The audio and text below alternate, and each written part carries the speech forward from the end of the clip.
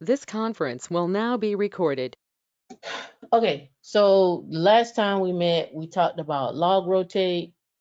We talked about, and in the past, we have spoken about time date control, log files. We talked about tar, bzip. Well, we talked about bzip, but we didn't go into it. But we did talk about, and I showed you some examples of tar, gzip, not gzip, but gzip. And we'll talk about rsync tonight. We'll go over some signals. We'll go over some packages. We'll try to do this all in an hour if I can. If not, we just won't make the hour.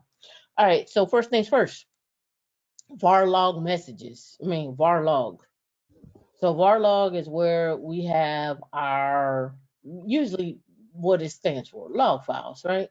But you can see in here that like audit has a directory in here. Crunny has a directory in here. SSD, triple SD is what we call it, has a directory here. Tuned has a directory in here.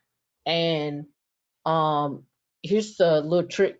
If you never did this before, you can say yum what provides, and you can say, because we're in the var log path, you could do var log dnf.log.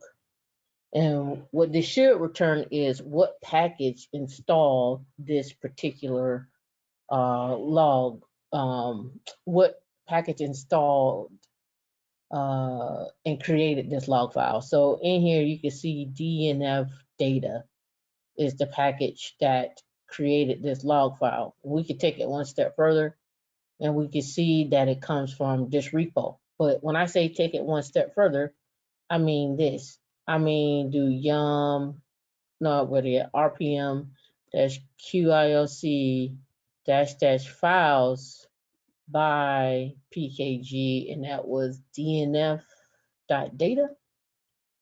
All right, and then you can see in here that DNF dot data does a couple of other things. It installs a couple of other log files, the halt key, um, and a couple other. I'm not gonna go over. I can't do that. Hold on. Hold on.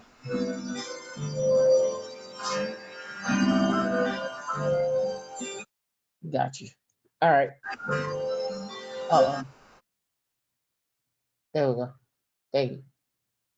All right. So you can see hotkey.log, DNF, RPM.log, DNF plugin.log. All this is in the log directory, var slash log directory, slash var slash log directory. And you can see what's there. And you can also see what other files that install.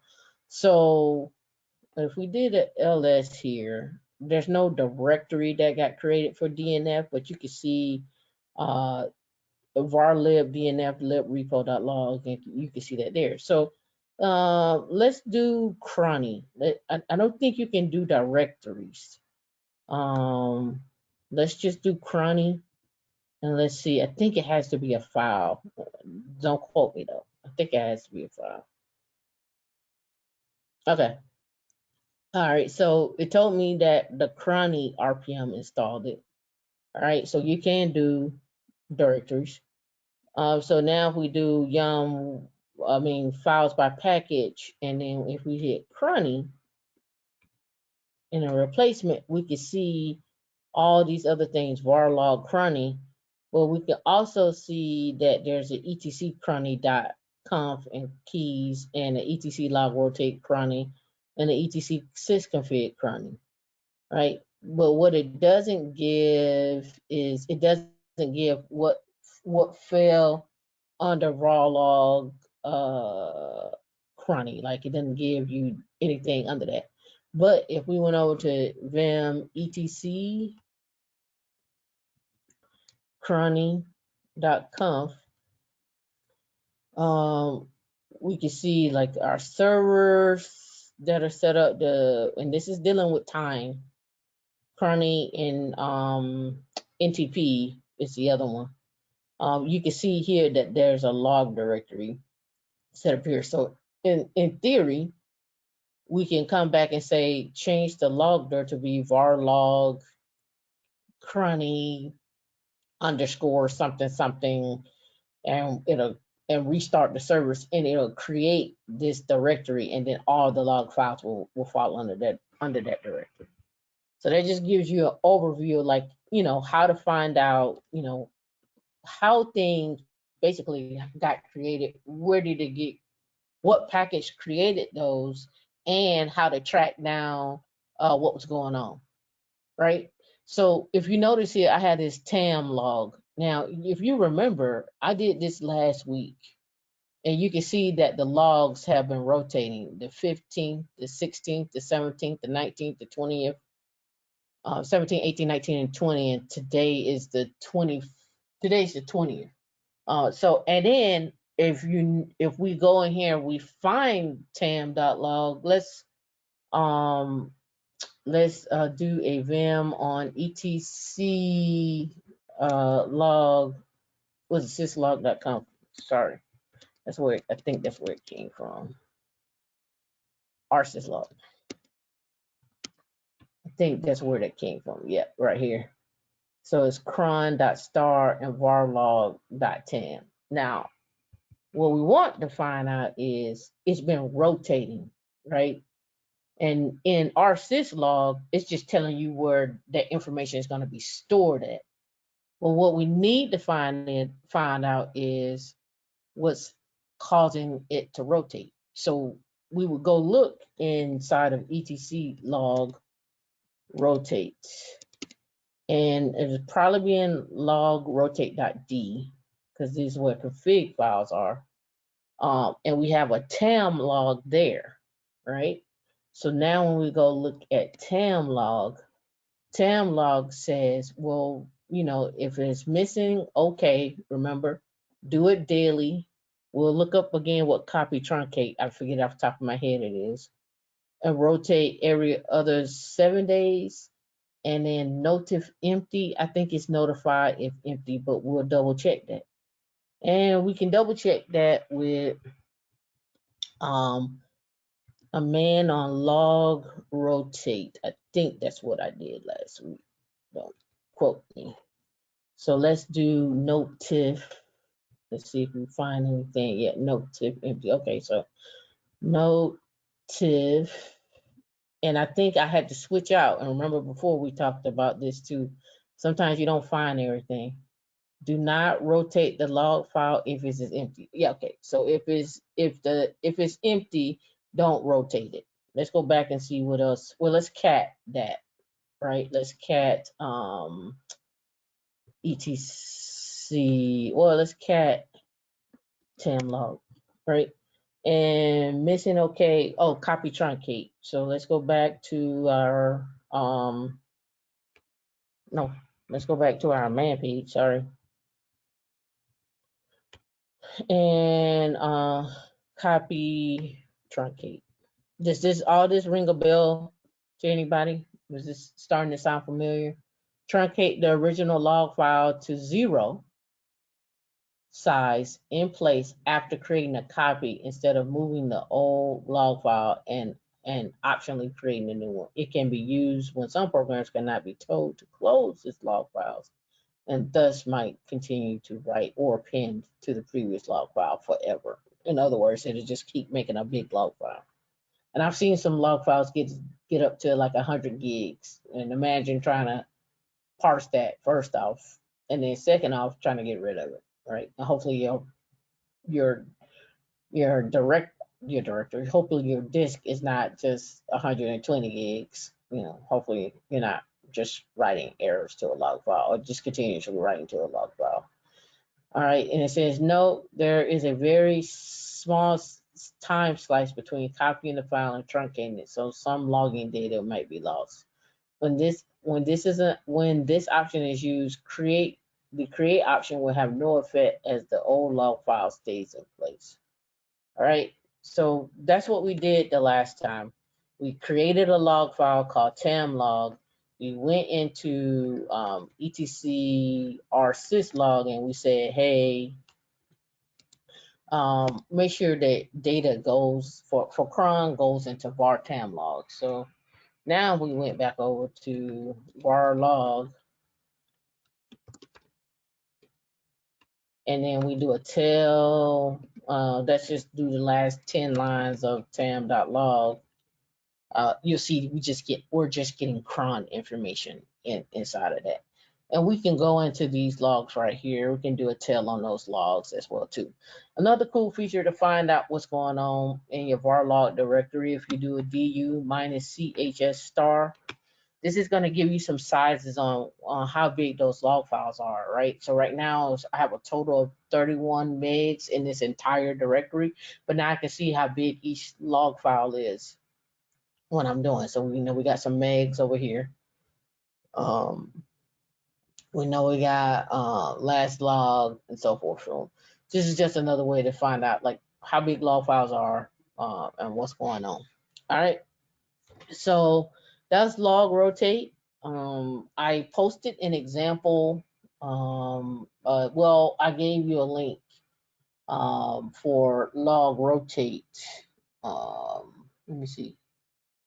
Which one was it? Set time zone. Let me look at this. It's this one for logrotate. Yep. So I always try to refer to Red Hat's I always try to give you stuff from Red Hat's perspective because, you know, again, that's the test you're taking on. Let me get out of that mode there. And let me bring this over. All right.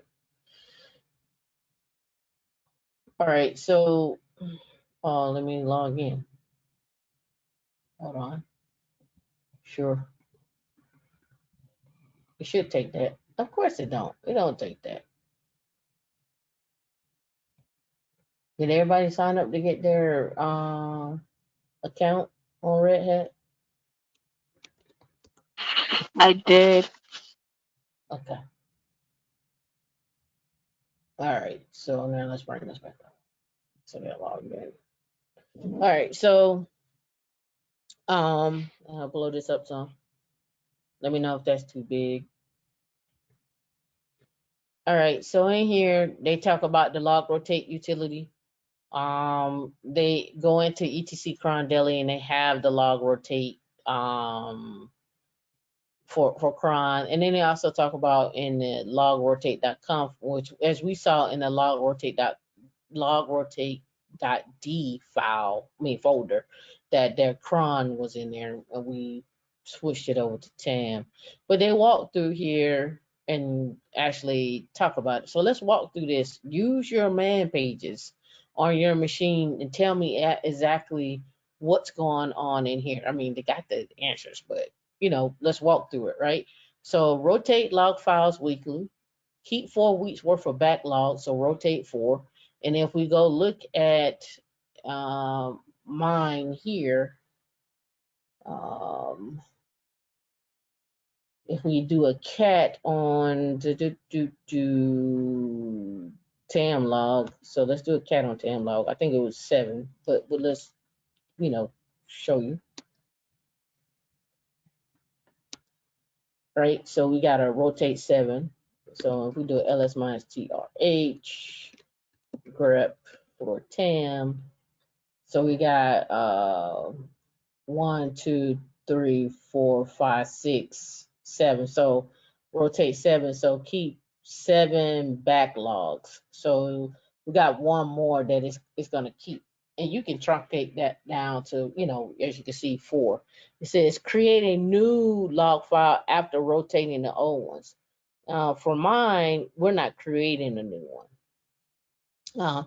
Use the date as the suffix of the rotated file. So they got date ext. So, but you can change this format of how you want that date to look as well too. And we'll get in. You'll have to get into that. We can get into it, but it's gonna be long. And then here, It says uncomment if you want your log files to be compressed. That's the GZ. If we want to add the GZ to that. And then here RPM packages drop log rotation information into this directory. RPM packages. So yeah, so if you have an RPM package, it's gonna drop that into here, for log rotate. So that's what that's talking about. And then they talk about using the man pages, and then they give an example. So again, RPM query file, and then they give the path, and it tells you it's cups. We will add compress, rotate, and size options to the default file as a post rotate action. So let's look at that. All right, so what do they have here? So here we know the location of cups, right? In the .d directory of log rotate, but they cat the file and check out what they did. They did var log cups, and then they got a star under there. So anything star underscore log rotate. So let's go back to our example. There's actually an example in here. So let's do an ls. So if we went over to cronny, we should check out cronny. Nothing in there because I probably don't have cronny running. Let's look at SSD. It's probably not running, so it may be empty. But we can go look at see May 12th. Yeah, it ain't running. Today's 20th. Nothing's there. How about QEMU Georgia? Or yeah. Nothing. All right. So what I was trying to show is the files that they have under here. Okay, star.log. Basically, whatever's coming in is going to be _.log. Missing, okay, notify, empty, compress, and then rotate. Logs will be compressed. Rotate the logs 5 times. So keep 5 weeks of logs if the global time interval is set to weekly in logrotate.conf. That's important. Inside of logrotate.conf. And then the size is 100K. Log files will be rotated when they grow larger than 100 kilobytes. Shared scripts, and then the post rotate. So they want to start a conditional restart of cups. And then what does this do right here?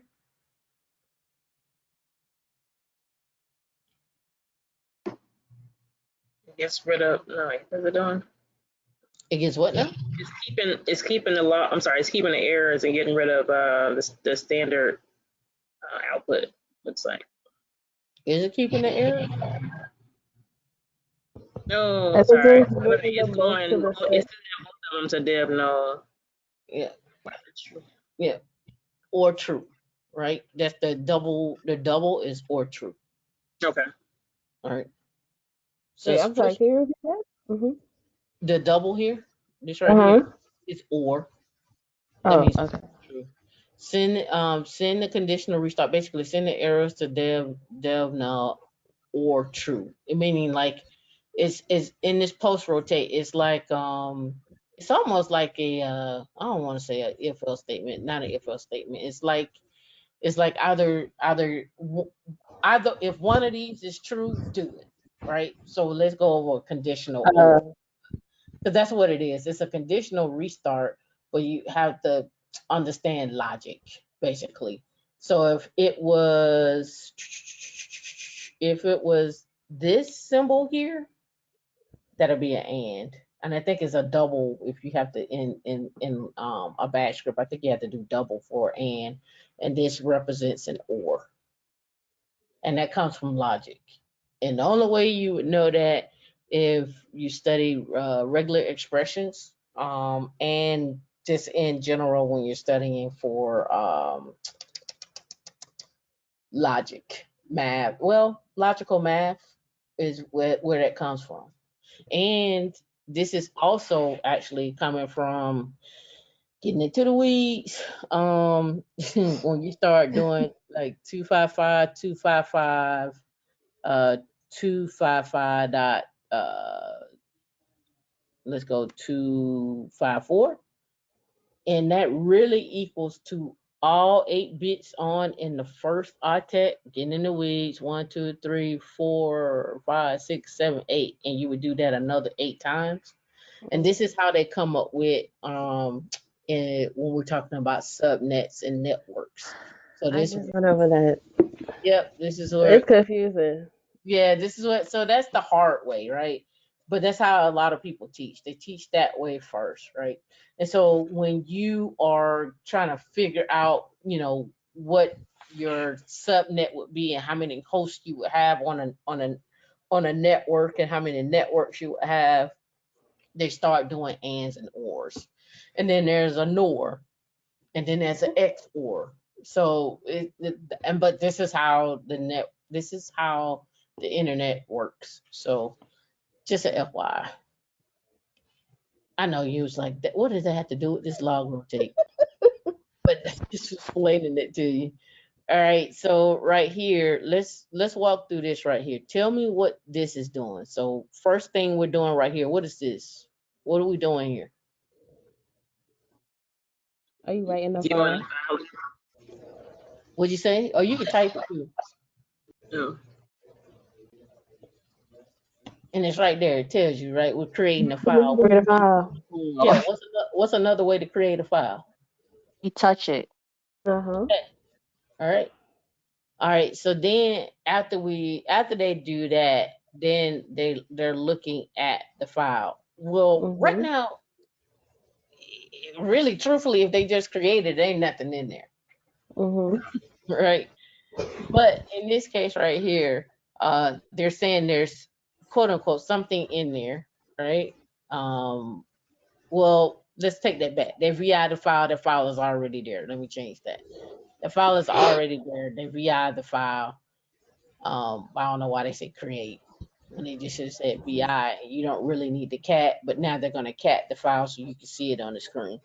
So they cat the file, and in this file is this. So the first thing is var log secure, which means they're gonna create this. There is a var log secure file.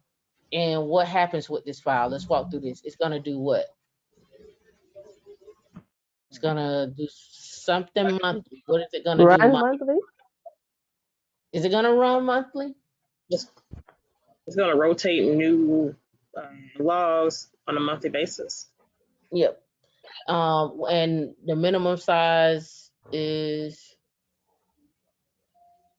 1 megabyte. 1 meg. And then what is this line here? Rotate 3, so only create 3. It only be rotating through 3 files.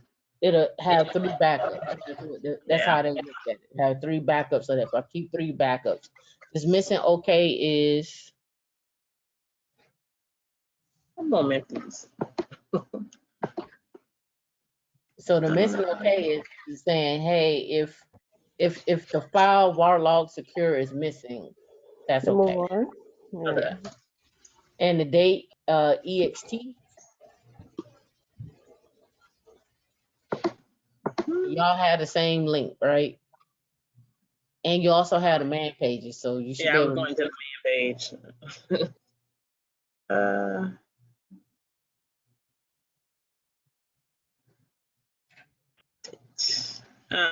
It says archive old. The date ext is archive old versions of log files, adding a date extension. Yep. And now it's time for the post rotate. So I'm gonna call on Mario to read this to you, but we're gonna walk through it first before we call on Mario. What do you see that it's doing first, right?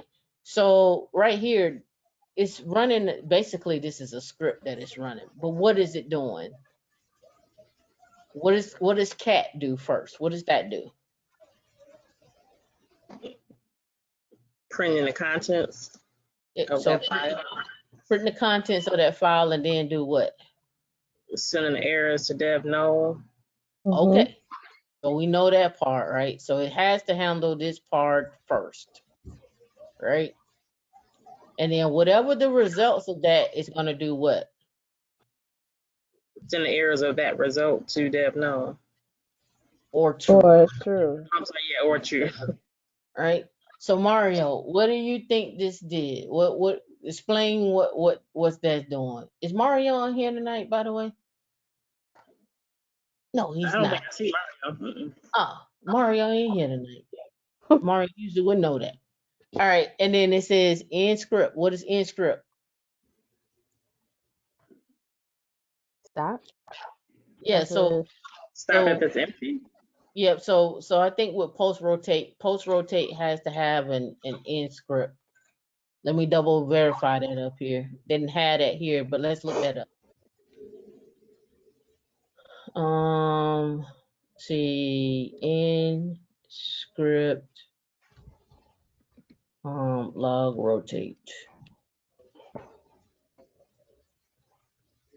Let's look up in script.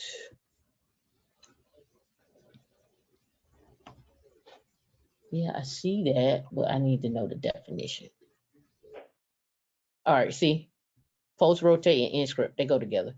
The lines between post rotate and in script, both of which must appear on lines by themselves, are executed after the log file is rotated. These directives may only appear inside a log file definition. See pre-rotate and shared scripts and no shared script. So they got a pre-rotate and an end script, a first action and an end script, and a last action and end script. So they go together like a script. And that's what you have here. So you have a go ahead here, you have a postscript and then an end script. And then if empty, anybody know what that is? So if empty, rotate the log file even if it's empty, overriding the notif empty. So if it's not empty, don't rotate it. But if it is empty, go ahead and rotate it. That's it. That's how you read. That's how you read this. Let's try one more. Let's try one more. That was one on this page at the top. We go right here. All right. So let's walk through this. Let's make it simple. Tell me what this one is doing.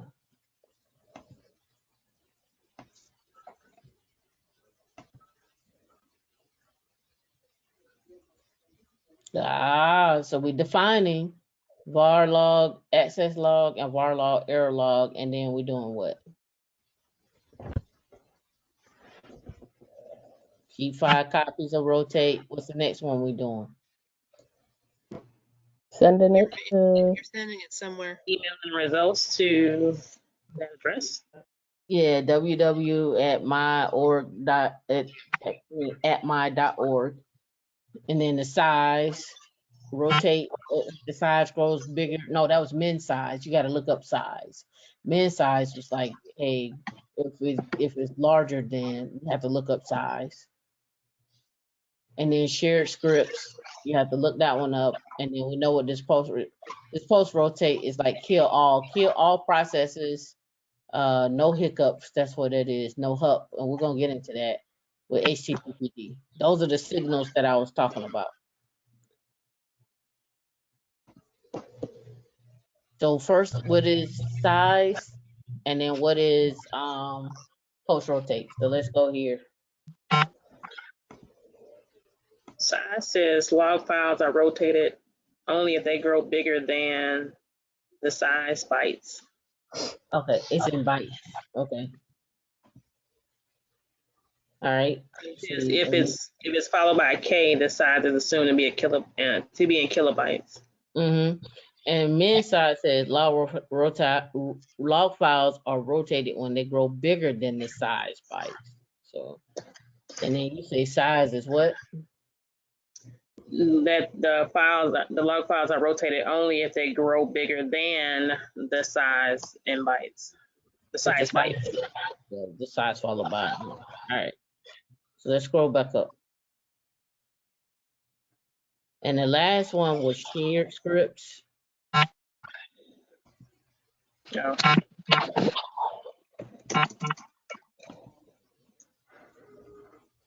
And I don't know all these off the top of my head, so that's why you got to use your band pieces. I'm not even gonna pretend to tell you I know all these off the top of my head. All right, shared scripts normally pre-rotate and post-rotate scripts are run for each log which is rotated, meaning that a single script may be run multiple times for a log file entries which match up. So, but if shared script is specified, the scripts are run only once, no matter how many log files match the wildcard pattern. However, if none of the log files in the pattern require rotating, the scripts will not all be run. So let's go back to what we were looking at because we had two log files that we were looking at, right? Right here. We had these two log files right here. So that's why it's got shared script. So do whatever you're gonna do on both of those, but only do it once. And the script that it's talking about is this right here. That's the script that's talking about.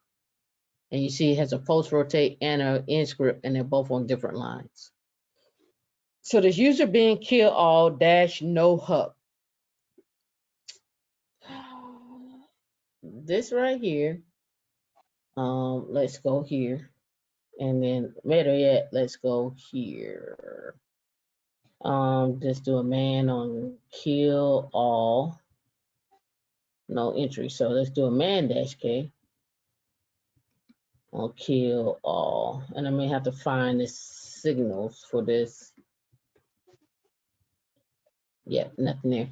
All right. So what the no hup tells you, and this is where we start getting into I don't know if y'all been following along like Renice niece at power and then having priorities for your signals, but this is what this gets into. So you can kill like to stop the Apache process is when you kill everything, all the lines associated, all the processes associated with HTTP, not all the processes associated, but all the processes the HTTPD has spun up, right? But sometimes you'll get something that may hang, and that's why I was trying to find. Is it signals? Let me look it up. List all signals rail. I forget what the list is. There's a way to list all the signals. Is it LS something? LS signal kill dash L. That's what I wanted. So here we go. Kill dash L. This is a great interview question.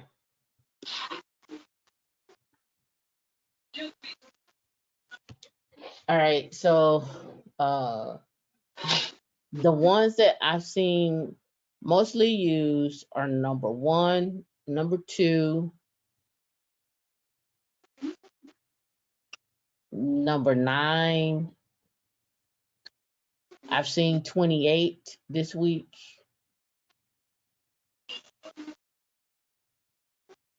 And those are primarily ones that I have seen. So if we did a man on kill, will they give us what we need? Yeah. Yep, so let's quit this. And let's look up sig hup number 1.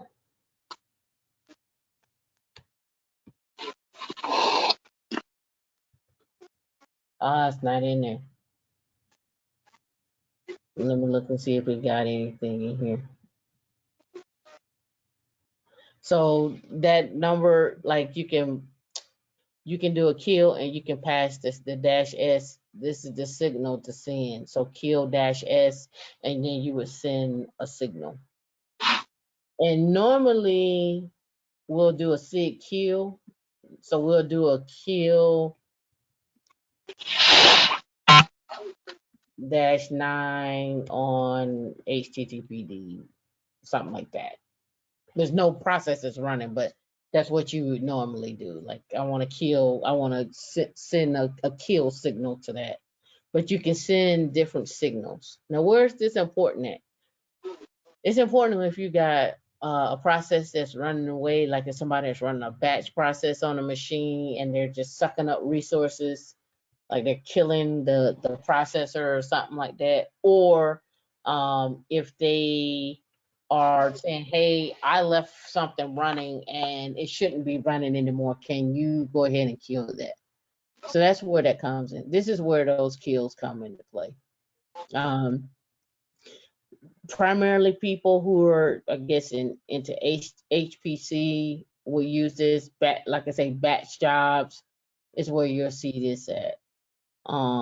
So they don't break down what each one does. That's what I was looking for, the breakdown of what each one does. So let me look them,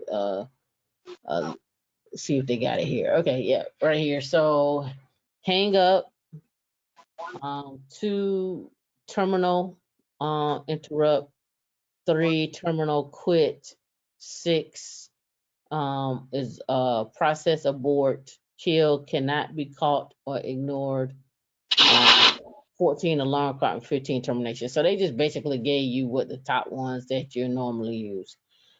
Now, I mentioned a few weeks back about Brandon Gregg's website, right? Let me pull this up here. Brandon Gregg, and then kill signals. See if he goes into it. Right, so he got some examples in here of how to trace kill calls.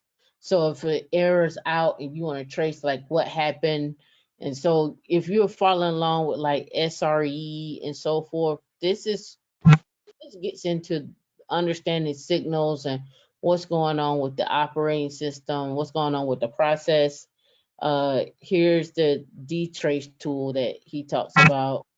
Dtracing is available on all OSs. Dtrace helps troubleshoot problems on servers, providing new detailed views of application system internals to the level that was previously difficult and impossible.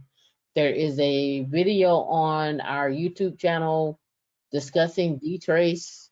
A couple of people actually write and help write this and maintain this, and they're actually in Women in Linux as well too, to talk about. So dtrace is something you might want to take a look at and just be familiar with it, especially in a inside of an interview. This would come up, like how do you kill a signal? What is a zombie process, right? Knowing what a zombie process is, right, and what is the importance of a zombie process, and how do you get rid of a zombie process? Um, Understanding how that works. So primarily to get rid of the zombie process, you'll see like here, and we can do this on our machine we have here. If we run top, you look up here, you don't see any zombie processes, but you see 97 processes sleeping, 1 process running, right? And then it tells you the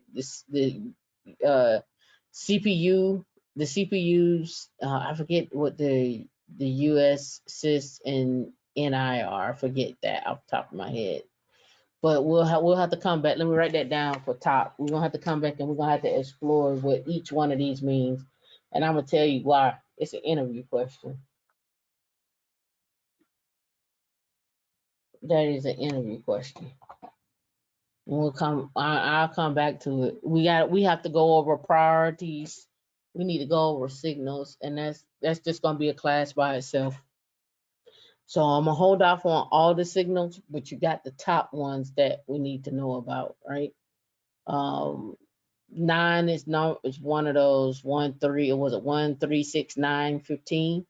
From that list are the ones that are very important off of that. And that list comes from kill dash L 1, 3, 6, 9/15 sick term, of course, is it. But these right here, I've never had to use sig prof 27. I seen 28 thrown. I've never had to use like 36 through 62. I've never used those. So I wouldn't know. I wouldn't know how to tell you when to use those. So I won't lie to you on that. Right? To be honest, I've only used 9. Right. Right. I think 9 is the most famous. Right. But I mean, there are other ones that people are like, hey, don't kill, do a soft kill on some stuff. So that people are bringing that up. All right. So let's see what else is on this other page that I think brings home. Oh yeah, Brandon Gregg. We talked about the D trace. Don't forget that. Comes in good with SRE and observability and batch processing. We went through what this script was and how to read these things, and we know how to look that up. Are there any questions before we continue on to our next one? And our next thing is we created a log file. You all know how to do that, right? You remember how we created a log file? Nope. Okay. All right, so let me get back over here. rsyslog.com.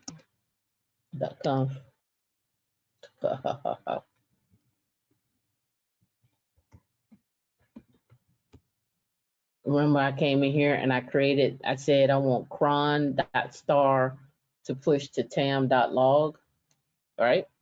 And then I said I want to create a log rotate with tam.log by going over to etc log rotate.d. Sorry, do ls. And in here you see tam log.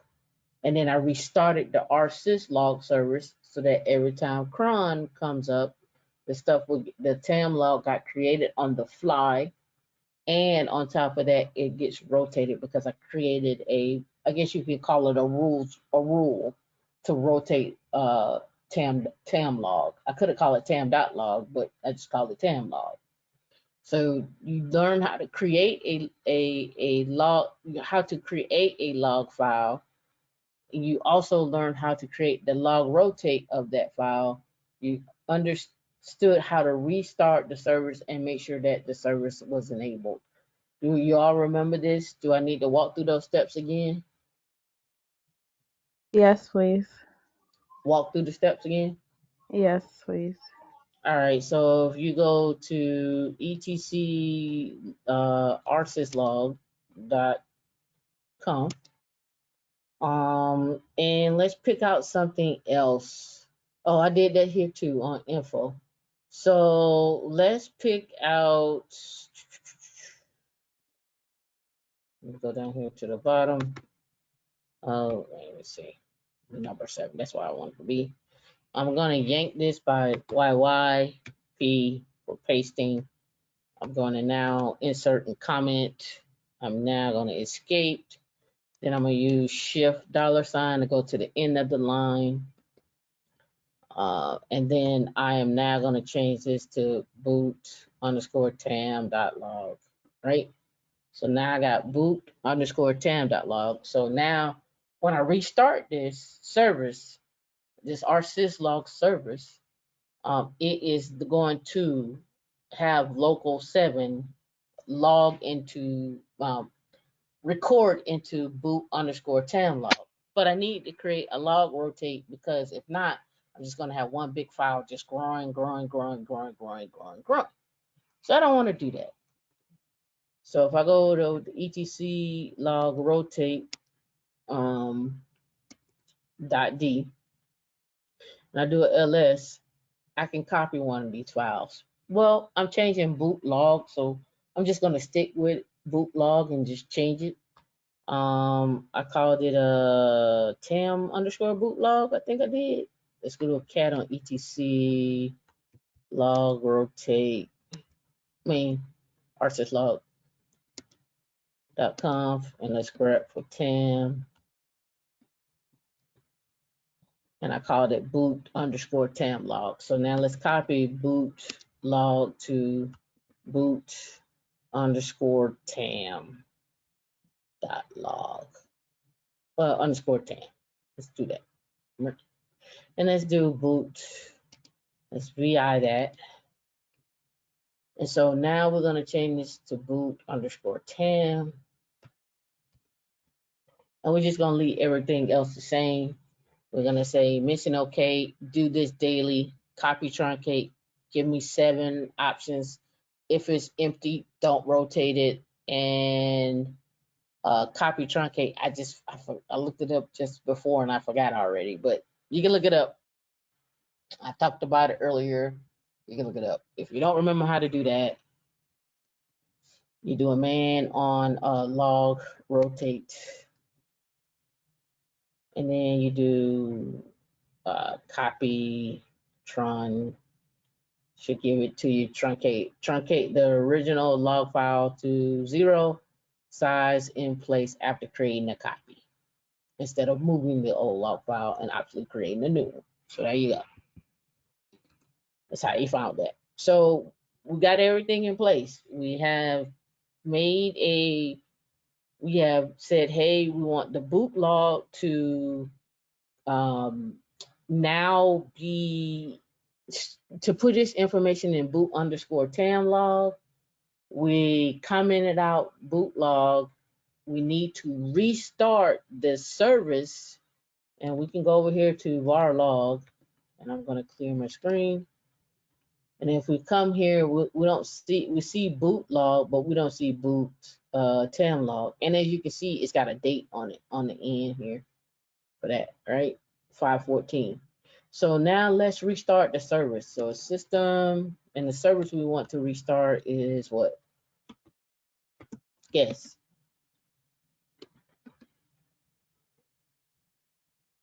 RSS log. Oh, Okay. log. Yeah, so RSS log. Remember, if you look here, there's no boot underscore tam log. If I do an ls now, it's not there. Let's find out. Let's look at the system. It may be log rotate I need to reboot. Status rsyslog. No problems there. We're fine there. But I may need to reboot. But let's find out. Let's double check everything. Oops, clear, not restart. And let's do a restart on log rotate. If it's there. Yeah, it's not a service for that. Okay, no .d, right? Yep. And we can double verify that RPM-QA and grep for log rotate. And then we can do a RPM-QILC -- files by package on log rotate. Oops, files, not file. All right, so I don't see anything in etc system D. So what am I looking for? I'm looking for a system D file. So most of your services are in /etc system D system. And then these are the services that get restarted. So we have a syslog service, right? So that's what we oh yeah, you know what? etc system restart syslog. Let's see. Let's go back over to var log. No boot underscore tam log yet. So let's reboot. See what happens. Then I gotta give it some time. Probably about 1 minute, if that, maybe about 40 seconds. Let's see if it'll try to connect. All right, while it's doing this thing, Did it come back already? No. All right. While it's doing this thing, make sure we got everything. Right here it says, let's see, the above file will only take effect when the log table. Instead of waiting for the next cron job, you can use the following command to test your modifications. So I could have tested my modifications by doing a log rotate -f on etc logrotate.conf. However, I didn't change logrotate.conf. I changed, I guess it's an include inside of logrotate.conf to include this directory. So it probably would have caught those errors. All right, so let's, we're back. And so now let's see the order of our log.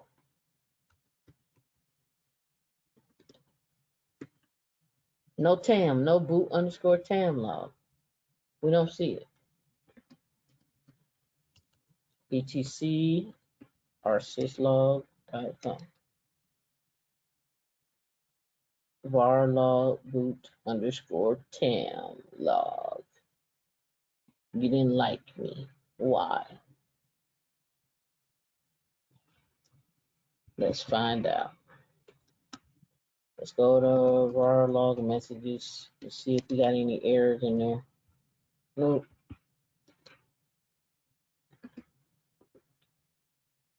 New messages is where everything's going. All right. So let's look back up here. See if we got anything. And I'm gonna restart syslog to see if I can catch something here. All right, clear. System CTL restart our syslog. And then let's do a tail-n on the last 20 lines of our log messages. New messages. I changed the file. Okay. Let's see. Stopped it, started it. We're not seeing any errors. Let's do a journal-xe. See if we got anything that's spitting out anything. Nothing there. No boot underscore tam log. We should have got one. Why didn't we? Man, make sure I'm not overlooking. It should be right there. Yep, should be right there. May 20th. Oh, it's still going there. Oh, date. Boot 20. Okay, yeah. Let's look at do a tail-f on tail-n on the last 10 lines of boot log. Still the last 20. It look like it's still writing there. All right, so let's do this. Of our etc log rotate.conf. Boot log. I wonder if it don't like underscores. I doubt it. But let's test the theory. I don't think it matters. Yeah, it don't matter because we did new messages. That doesn't matter. Let's look at tam. Let's see boot. Did I not change it? No, I changed it. Boot underscore tam dot log missing. Okay.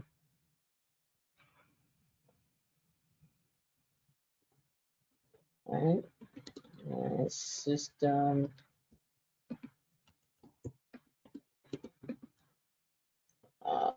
Let's look at one more thing.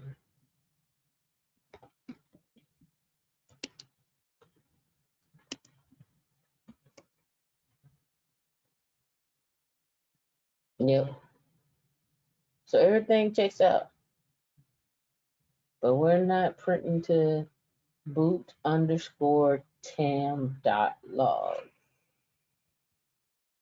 I wonder if, let's see, git enforce. I wonder if there's something in SE Linux that's not allowing it.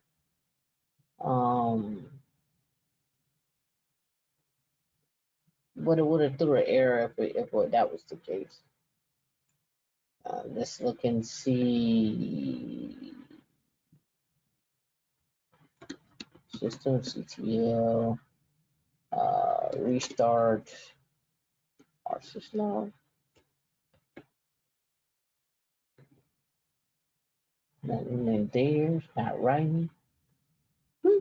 This is interesting. Let's see. Let's go find our error. All right. So how would you troubleshoot that? Boot.log file change log rotate.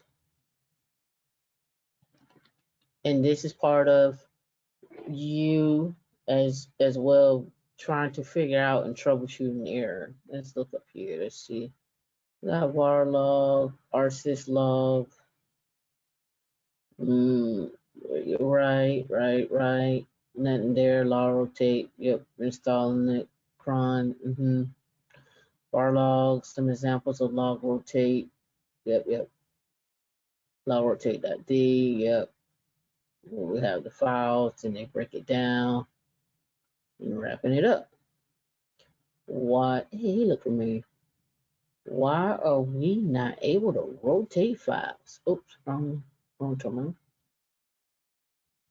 Let's give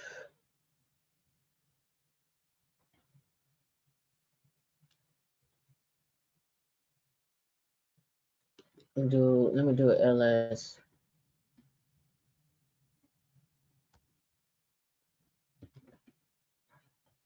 boot log. So yeah, the 20th, which was yesterday. Let's do boot star. And the 14th. The only thing I can think of, which I don't think is the case, is it doesn't like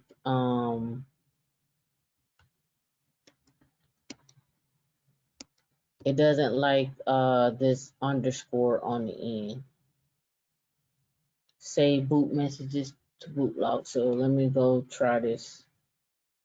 I doubt if that's the case, but you never know. This would be in logrotate.d,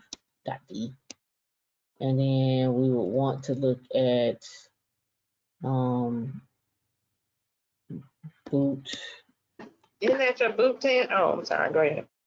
Yeah, I want to get rid of that, and then I want to move boot tem boots logrotate.d. I want to move boot underscore tam to boot. Oopsie, capitals on boot tam. And then let's do a ls. Let's cat etc rsyslog.conf boot underscore tam. Let's cat etc logrotate.d.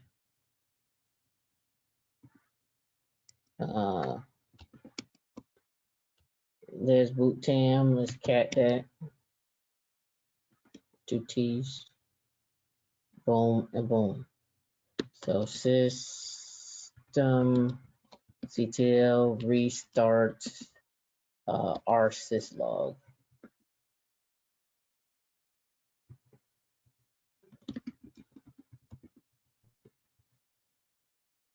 Nothing there.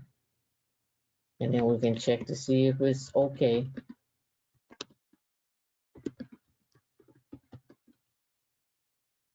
We're not getting any errors there. It's enabled. No problems there. Nothing there. So, all right. So last but not least, is we reboot and try it again. If not, I'm not sure. I had to double check and see what's going on. But I think now you all should know how to do this at least. But I'm not sure why the one for boot doesn't work. The one for me logging new messages works just fine. For me doing other stuff works just fine. You know how to rotate a file. You know how to create a log file. One thing we didn't put in there is compress.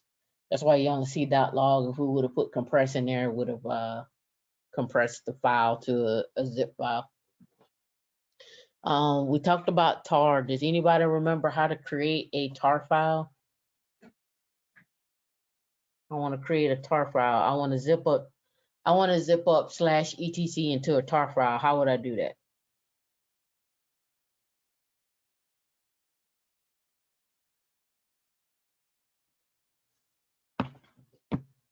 Anybody? Well, you do tar. I don't know the option offhand, but you do tar in the file name. R-C. No boot the hoe.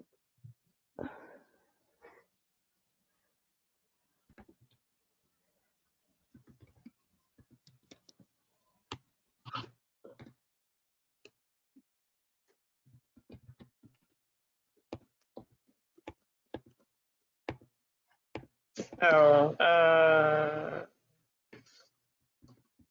No boot. That's interesting.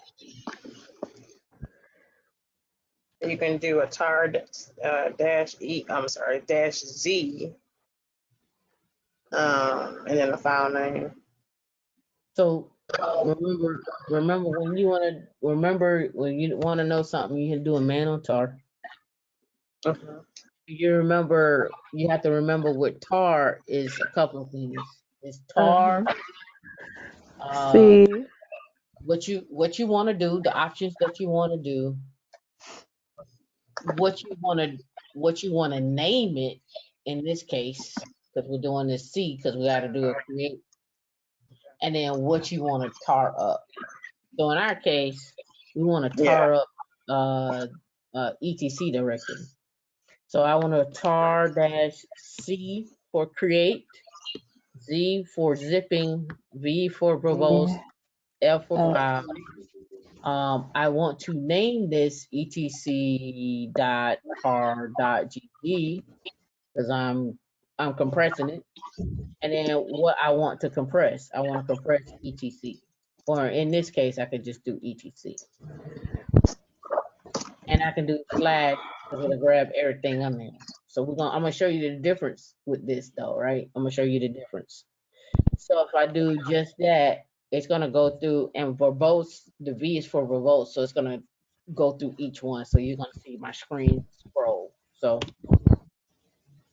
all right. So now if I do a ls, I have a file there called etc.tar.gz. So I'm gonna make a directory and I'm gonna call it zip files.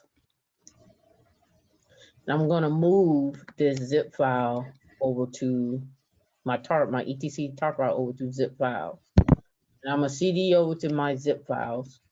And then now I'm going to untar, which is tar dash xvf. The F always goes on the end, by the way, if you haven't noticed, because the F is telling it what file to act upon, right? So now I'm doing unzip this file, basically. The X is extract. V again, verbose. F is the file. So now extract this information. So now if you look here, you can see I got etc in here, and then I go to etc, and then I get all that information there, right? And then if you do a pwd, it'll tell you I'm in /zip files etc. All right, so then let's remove this file. Let's remove everything in here. All right. So now let's go back up to my main directory. If I do a pwd, it'll tell you I'm in /zip file. So if I cd ... I'm gonna go up one directory. So that means I am in /root. I can check that out by doing a PWD. All right. So now I'm gonna do my up arrow. I'm gonna show you a difference.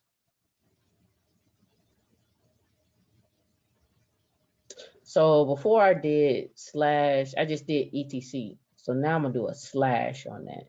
So I want to get everything under etc. That's what the slash enables me to do, not get the directory and then everything under it.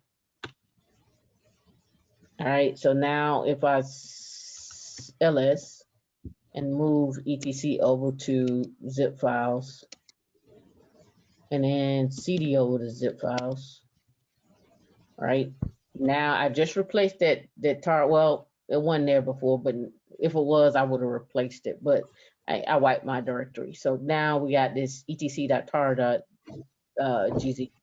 How do I extract this particular file? How do I extract this? Which is your tar X VF. VF. Mm-hmm. All right, so once Yeah. I do, all right, now let's look. Oh, I didn't do it this time. I didn't do my star. That's okay. We'll do it again. We'll do it again.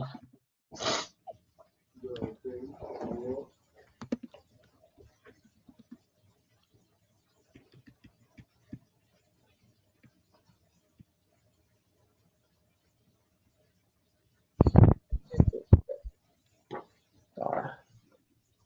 Oh, it's still grabbing it. It's still grabbing everything, etc. And down. And I can do that by, and the reason why I create this directory, because I don't want to overwrite the etc directory, even though it's the same contents. I just, move it somewhere else. It's still gonna be the same because it grabbed it.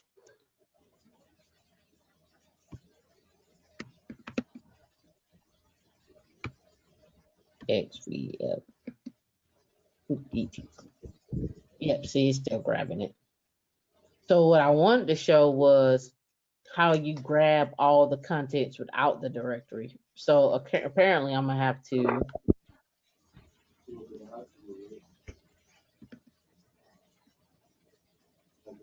do this. I'm gonna have to do this. Right, and then when I come back up here and do this, I'm just going to grab everything there. And then move that zip file, that etc over to zip.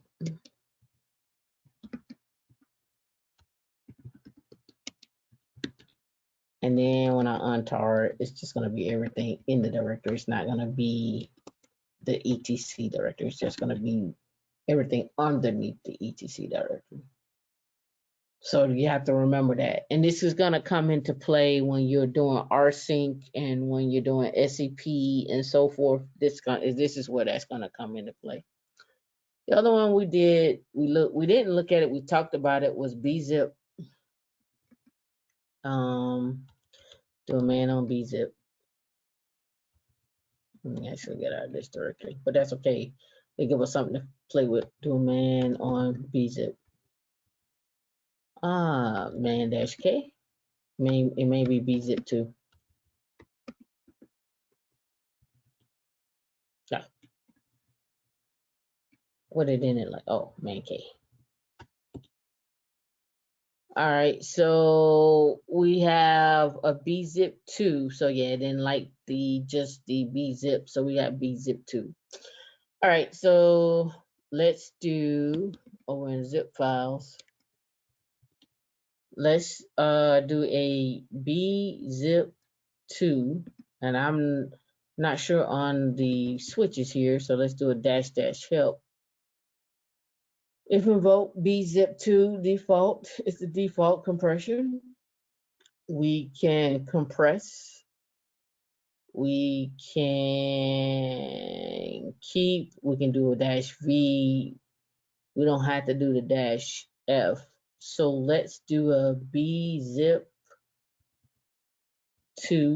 on. I'm gonna do an ls here.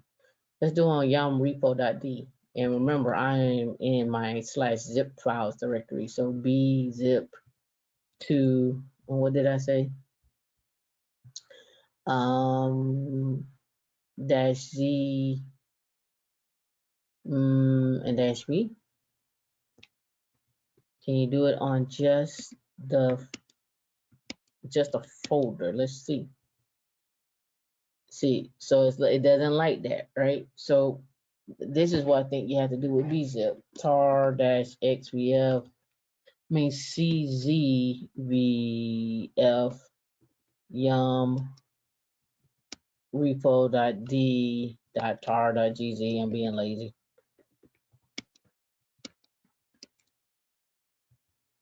All right. And then at that point, I think you do bzip to, let me use the up arrow, .tar.gz. Yep. And now we do ls, we have it compressed down to a tar, and then you zip to. So you have to do bzip2 on your actual tar file, your tar.gz file. Let's see if we can do, let's extract it. So b unzip, yeah, and then yum repo.tar.gz. Then if we do ls, it gets us the gz back, right? And then we do the tar if we want to. You can do this in multiple one command. This is where the xargs comes into play. So you would be unzip and then feed xargs the tar command to untar it. So you can do this all in one. But remember, like we said before, you can do things however you feel comfortable. All right, so now when we unzipped, we compressed it with bzip2. Then we uncompressed it with bunzip.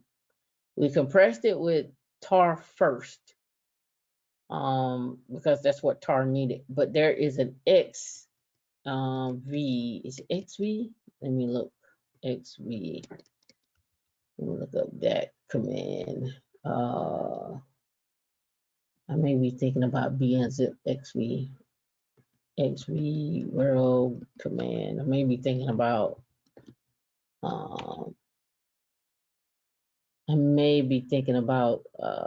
something else. Hold on.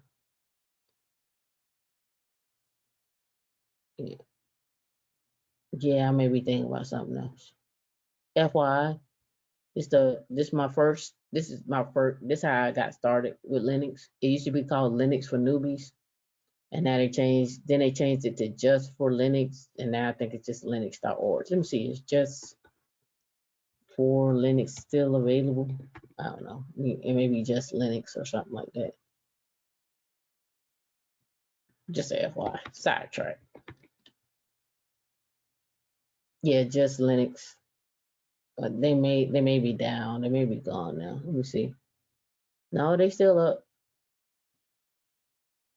So I used to come here when I wanted to know stuff, and they would have tutorials on how to do something. Like if you wanted to use NFS, and they would make tutorials like DigitalOcean does.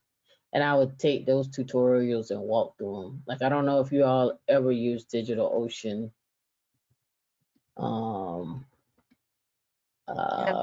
documentation for stuff, but they also pay for documentation as well too. So if you're ever feeling fancy and free, you could just start making documentation. At one point, they were paying like $300 to $500 for documentation. Trilio was paying $300 to $500. I think they were paying more like $500 to $800 for documentation. So you could just make a side hustle just doing documentation. So that's just FYI. I can't remember what it was. It was XV is what I was looking for. I can't remember. It was something with the XV command. It'll come back to me. Let me do a man on bzip. I may be thinking about bzip too. And maybe you're thinking about bzip cat. I don't know. We'll find out. All right, so bzip2 decompresses all specified files. Files which were not created by bzip2 will be detected and ignored and warning issue bzip2 attempts to guess the file for decompressed, blah, blah, blah. So bzip2 becomes file, Okay, here they're showing like if you use bzip2 on these files, what happens to them, right? They also give you the endings bzip2, bz, tbz2, bzip, tbz, and bzip2 when they're compressing.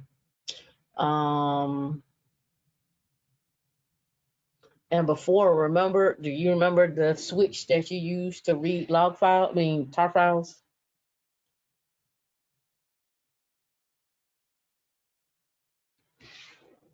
Isn't it dash T or something? I don't know. Dash T. Yep. Yeah. Yep. So zip to compress, decompress the dash D, just standard out. You can give a integrity check. Quiet if you do the dash Q versus the dash V. And the dash Q comes in handy when you are using if you're in a pipeline situation or you don't want all that information filling up a file or something like filling up a folder or a log file, that comes into play. Because you suppose you got like, a 1,000 files in a zip folder, in a compressed folder. And it talks about the compression and the memory management. I've never really gotten into this, but if you're feeling foggy and free and want to get into it, be my guest. You can come back in and do a lecture on it. We'll more than gladly be happy for you to do that. Don't let me stop your shine. Bzip to recover. All right. A simple program whose purpose is to search for blocks inside of bzip2 and write each block to its own bzip2 file. I guess this is when you start getting into error files. Like somebody sends you a zip file or a tar file, you can start using if it's a bzip file, you can start recovering blocks at a time instead of like discarding the whole file. You can just recover blocks at a time. I've never had to do that. So, and you can see who is the author. You can go contact Julian Seward at jsewardbzip2.org. Let's go check him out. Just curious. I never do. This will be my first time. Let's go see what he's talking about. Let's bring him over. Oh, it ain't up no more. It's gone. It's gone. Let's see. Did it change? Nah. It's gone. We tried. I tried. That works. Downloads the documentation updated in 2018. So just a little FYI. All right, so that was bzip and bzip2 unzip. We did gzip before. So rsync. So I think I have rsync installed. So clear. And rsync is good. And SFTP is good when you want to transfer files from one machine to another machine. And so let's do a yum install rsync.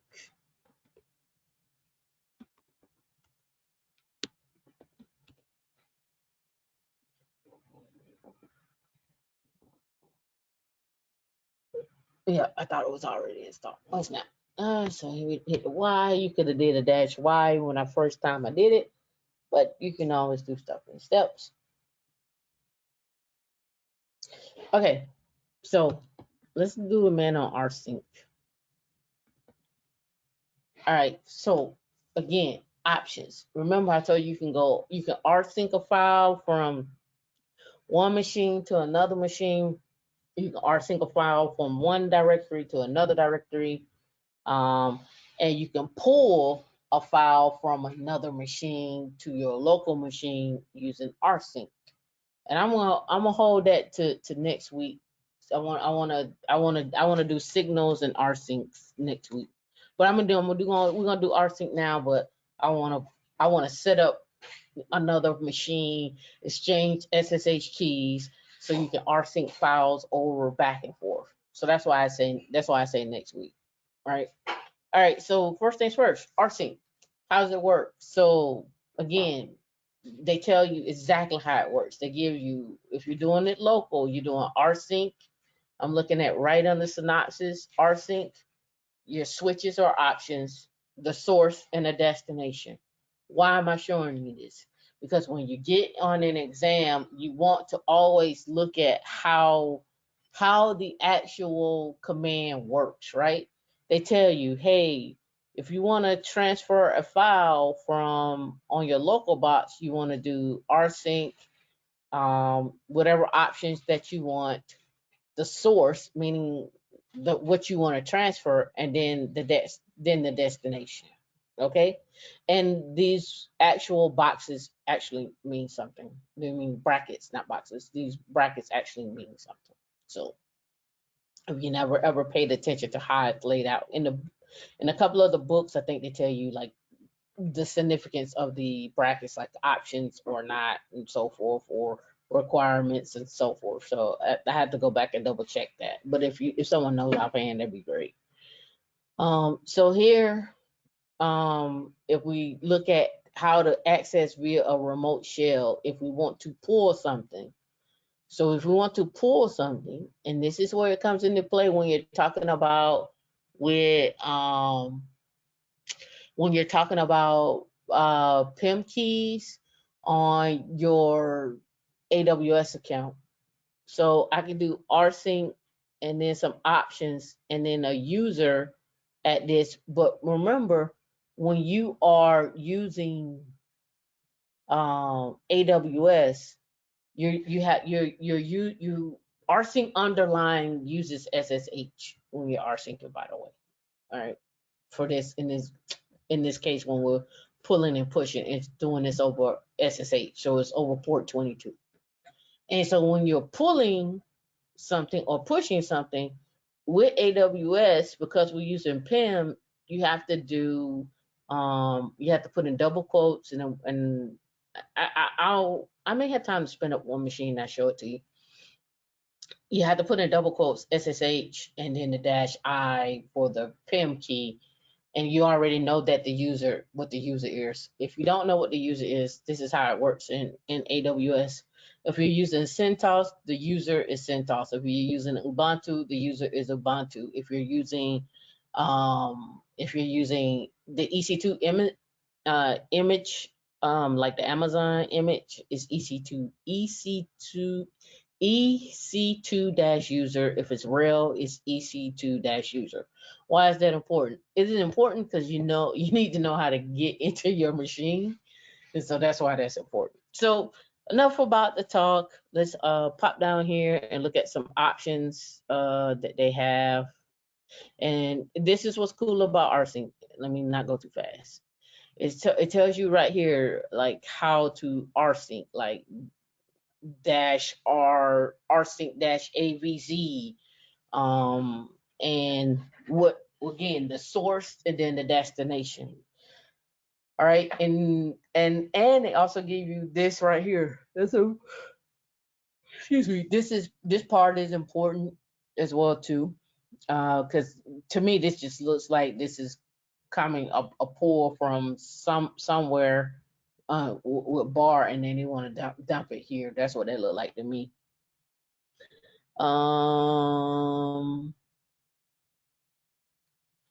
Here, this is local to a box. So rsync-av, this information here, full, and dump it here.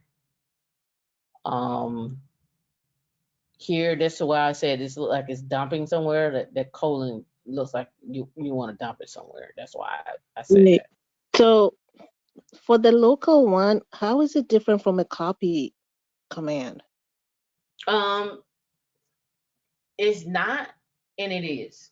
So when I say that, let's do rsync dash dash help. All right, so with rsync, you have different things that you can do, as you can see here, right? I can do a checksum. You can do recursive with what you call it, but I can also copy symlinks, and I don't think the copy command can copy symlinks. Okay. There are, I want to preserve the ACLs on a file in terms of like SE Linux and whatever ACLs that you may have. I don't think the copy command can do that, but we can double verify that, right? So let's do a cp dash dash help. I mean, dash P preserves the attributes, but I don't think it's ACLs for copy. Let's see. All right, so we have force, interactive, dereference, preserve, attribute, mode, ownership, timestamps. The possible additional attributes. Yeah, I don't think you can reserve SE Linux Yeah, okay. links. All right. So hold on. Set SE Linux security context of the destination file to the default type, like dash Z if the CTX is. Oh, the other thing you can't do with. Oh well, you said local. So copy can't Do it SSH. for the host. Yeah, but it can't do SSH by itself. Yeah. You Okay. understand what I'm saying? Yeah, Yeah. like RC can do that by itself. All right, so let's talk about a file here. Let's go to /temp. We have a file in here called tar.gz. I mean temp.tar.gz. Let's rsync. And then this is what we get into, like preserving stuff. Like we can do PRAV. Well, what does that mean? And what does RAVE mean? And what does AV mean? And so forth. So let's do rsync dash dash help. So let me scroll up. All right, so when we start this, I'm trying to get all the way back up to the top here. So V for verbose. If you want to suppress stuff, you can do it quiet. Dash dash archive equals to all of that. Recursive, recursive meaning copy down to directories. Thanks, D. For liking. Backup, make backups, update, transfer dirs without recursing down. Here the dash P is preserve the permissions, right? So we got the R for recursive, the A, scroll back up, archive mode, and then V is for verbose, 9 times out of 10.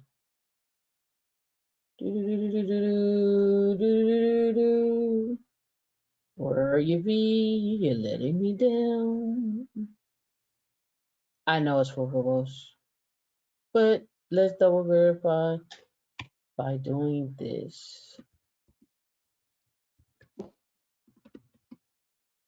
Wasn't it at the top of the list?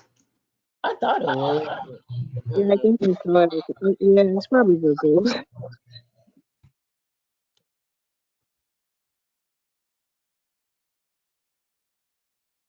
Oh, there it is. Verbose. Yeah. Okay. All right. So rsync dash PRAV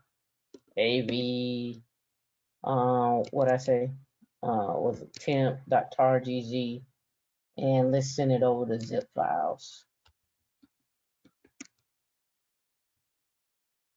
All right. So again, preserve the permissions. Give me for verbose, it's the archive. And then now if we go to, if we just did a ls and slash zips files, we should have a tar.gz in here, right there. And we still should have a one here in slash temp. So I just basically copied it over. But that's how rsync works locally. When you start getting into rsyncing over SSH, let me see if I'm still logged in and I can, yeah, I'm still logged in. All right, so I'm gonna spin up my machine in AWS. I was playing with this last night. So I'm gonna spin up a machine in AWS. Well, I'm just turning it on actually. We'll start the instance. And then we're gonna do some talking about that. So right now, the thing we have left to do is SFTP stuff over. Hopefully we get through rsync really quickly here. And then I need to find out why that boot log didn't work. I don't know why that one didn't work.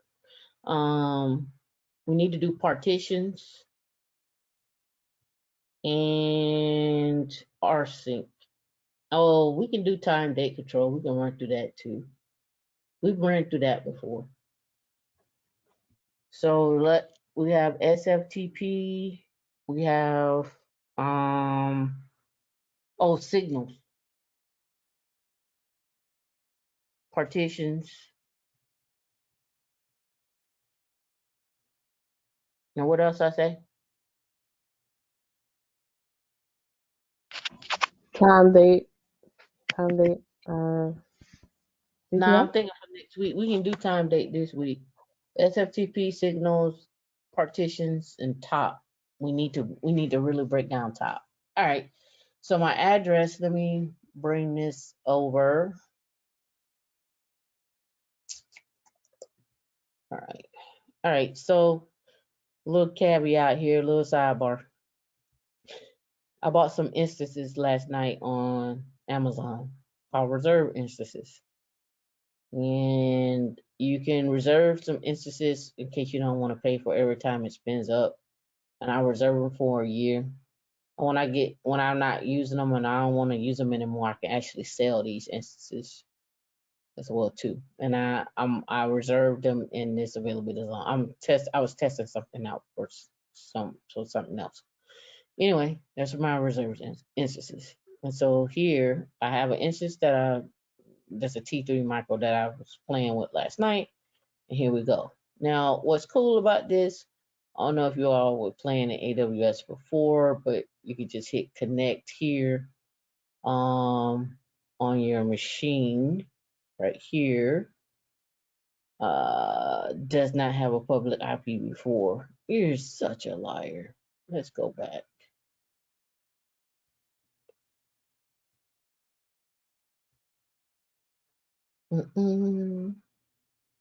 Does have a public one. What are you talking about? All right, let's go and click on this one more time. Okay, there we go. I must have clicked the wrong one. Say connect. And it should drop me right into the terminal of that EC2 instance, right? Here they tell you how to SSH. So you see, this is what I was talking about right here. When we SSH -I, the PIM key, then the EC2 user, and then over to this machine. But we're using rsync and we want rsync to transfer a file up to that machine and drop it in /temp. So we don't have nothing in temp right now but that directory. So I'm on my Google box, right? And let me double verify some stuff. Did I lock this down by my IP? I don't think I did. I don't think I did. If I did, then I'm gonna have to do it from my local box. All right. So first things first, when we do this, you have to do rsync, SSH, PIM, AWS. So it talks about how to rsync with your PIM key. This will probably be the easiest one right here. All right, so this guy right here. So let me grab that. And let me go over to a Google Cloud machine. All right, so what it's saying is when you rsync, remember archive, verbose, I forget, I have to look up the Z and the E. We'll have to look those up because those matter, because the the other one that we did before, it won't work. And I know that from by me using it. And then here we pass in what we want to SSH with. Well, the PIM key that we want to use here. And then what we want to SSH. And let me scoot this over. All right, what we want to SSH, what we want to transfer, and then the user that we need to use, and the host that we're going to. All right. So that's how you use rsync with AWS. And I need to do that with my I need to push my PIM key over here because I have a PIM key tied to my AWS instance. And that PIM key for that AWS instance, it tells you here the actual PIM that's associated with it. Where is it got details? Info right here. That's the PIM key that's associated with it. All right. So on my Google box, I need to come over here and I need to upload a file. And that file is in my downloads. And I'm gonna do this. I'm looking for it. I think is it, did I say meetup? Let me double verify that. Yeah. I might have got rid of it. Let's see, it's in downloads. Okay, there it is. So we want to upload this file.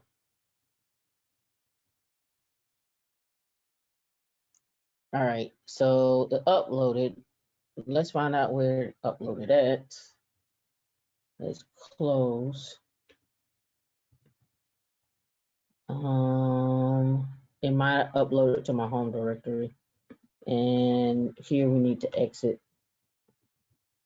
LS. There we go. All right, so it's in my home directory. So the next thing we need to do now is we need to make sure the file that's in /temp is something I can have access to. I don't. So I need to go back to root and cdo /temp and then do it. I'm just gonna open it wide open. Don't ever do that. Should have been like chmod 755.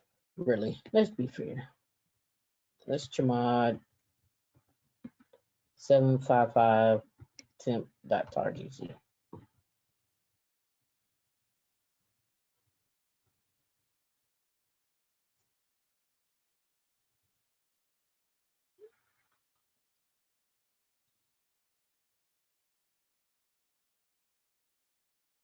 All right, so now once we have that, I'm gonna exit back out. And now we're gonna use that command again. There it is right there. Pay no mind. Let me do it right. Let me do it right. Is it 2? Is it ampersand 2? I forget it off the top of my head. Hold on. We can do this, right?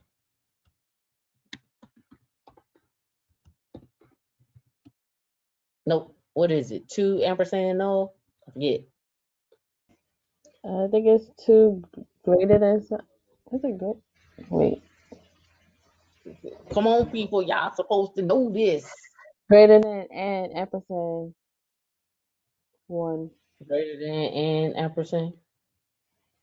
Like that. No, the ampersand after the greater than sign. And 1. Or is it just And then redirect. Gotta get it right. Let me look it up. Y'all supposed to know this. It's not that last redirect though, right? Huh? I think it's just 2. Yeah, that. Oh, no space Anyway. though? No, maybe. Yeah. you just want to redirect errors, right? Or Yep. then I don't think you need the N1. I don't think you need the ampersand Are you just doing N1. the errors? I'm confused. What we doing? Errors. I just want to get rid of the errors, but that's okay. You got too many redirects in there. You got redirect to then redirect. Yeah. All right, cool. All right, so now rsync. Oh, yeah, let me go with the temp. All right, so now I'm on rsync, and we're gonna follow what they have -AVZE, and I'm gonna just highlight all of this here. I don't need, yeah, that works. And then what we'll say is my, should be meetup underscore Nova dot pim. Oop. And then we want to transfer temp atarda gz. We want to go ec2 dash user. And now we need to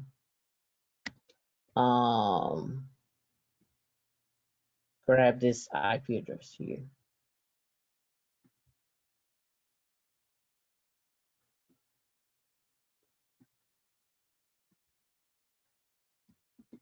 And now, after we do that, we need to tell it to put an intent.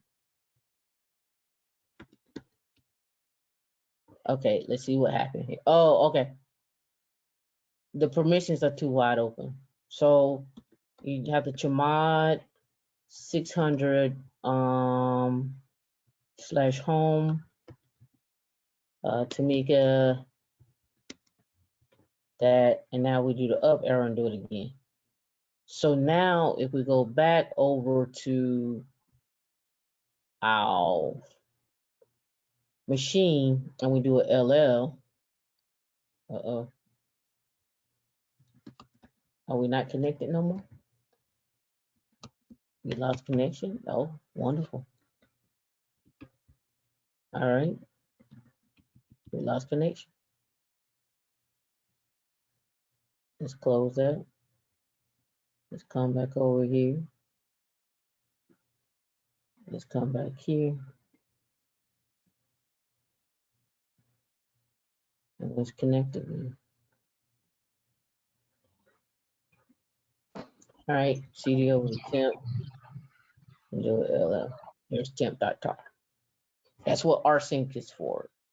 Now, I pushed something to another location. I pushed from Google to AWS. Well, I can touch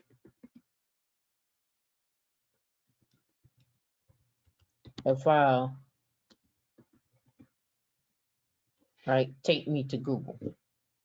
So on here, now this is where it get tricky because with Google, Google doesn't do direct SSH unless I turn that on. Google goes by PIM keys, not PIM keys, but SSH keys. So what you have to do from the perspective of Google to from AWS to Google is you would have to create a EC2 user inside of Google, create some SSH keys on that machine, and then and then at that point you can just you can SFTP or SC that off, or you can.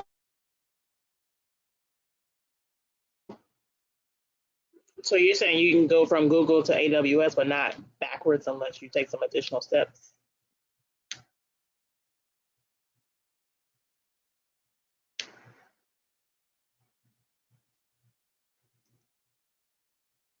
Off. Hmm. So at least some. Now, if we want to think between two here, we can do just like. So did that make sense? Eventually it will. No? Rsync? All right. So remember with rsync, I don't know why they keep dying like that. When you click off, it dies. All right. So if I did a man on rsync, remember you can pull and push. We pushed today, but I can pull a file down from this box from my Amazon box to my Google box, or from my local box. I could do that. Let's do that.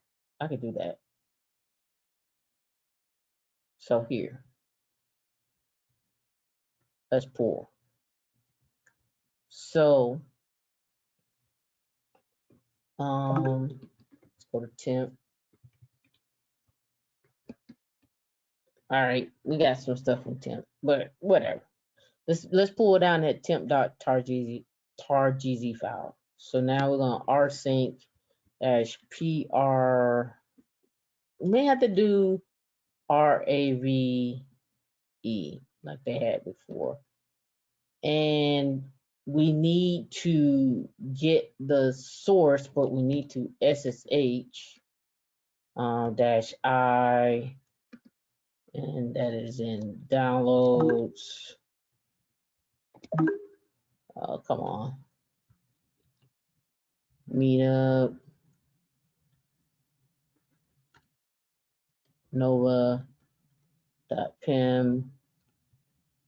Now the source that I want is EC2 user at said IP address, which is here. And the file that I want is the temp. And notice I had to put the colon because I'm telling it to go look. Once you connect, then do this. Connect and then go look in this directory or temp.tar.gz and put it here. Let's see if it works. Okay, two wide open. Gotcha. Chmod 600 downloads. Meetup. Nova. Come on. Meetup _ Nova.pim. All right. Run that again. All right. Let's do an ls. And there's the temp.tar.gz. So I pushed from Google Cloud to Amazon, and then from Amazon, I pulled down the file to my local box, which is temp.tar.gz. That's just how you can push and pull through using rsync. So we pushed and we pulled And the way the command is broken down is this. The command was broken down with rsync, which is going to run over SSH using this PIM key. Log into this box in Amazon Cloud. EC2-user lets me know that. Pull down this file in this directory and then drop it on my machine.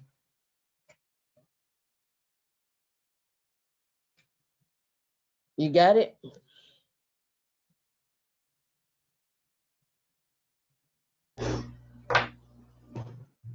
With practice, yeah. Yeah, I was saying not completely, but it was cool to watch. Yeah. Okay. So we was able to push and pull files, right? So this is where Ansible comes into play. Suppose I needed to drop this file on 15 machines, or I had to drop this file on 30 machines. I don't want to rsync. I could rsync. I could make an array of machines and rsync over those machines. Create an array and then have SSH do a for loop over those machines, or I can use something like Ansible to exchange keys to drop those files over there for me. Or I can use something like the satellite server to do a remote execution on that. So this is where we start saying, okay, you have a lot of tools in your toolbox, but what's the best tool to use to do what you need to do? And that's where you have to start figuring out what's the best command to do what I need to do. What command makes the most sense? Can I use this command? This command makes sense? Is this command the easiest to use? Could I copy a file from folder to folder? Absolutely. Absolutely. But what if I want to preserve the parameter, the permissions, or SE lineage? Oh, that's not the best command to use. So you have to start looking at, like, I know these commands, but what's the best one to use? And when you start doing that, you start finding yourself using different tools and different commands for different scenarios. Does that make sense? Yes. So I'm gonna stop my instance. I am gonna actually stop recording.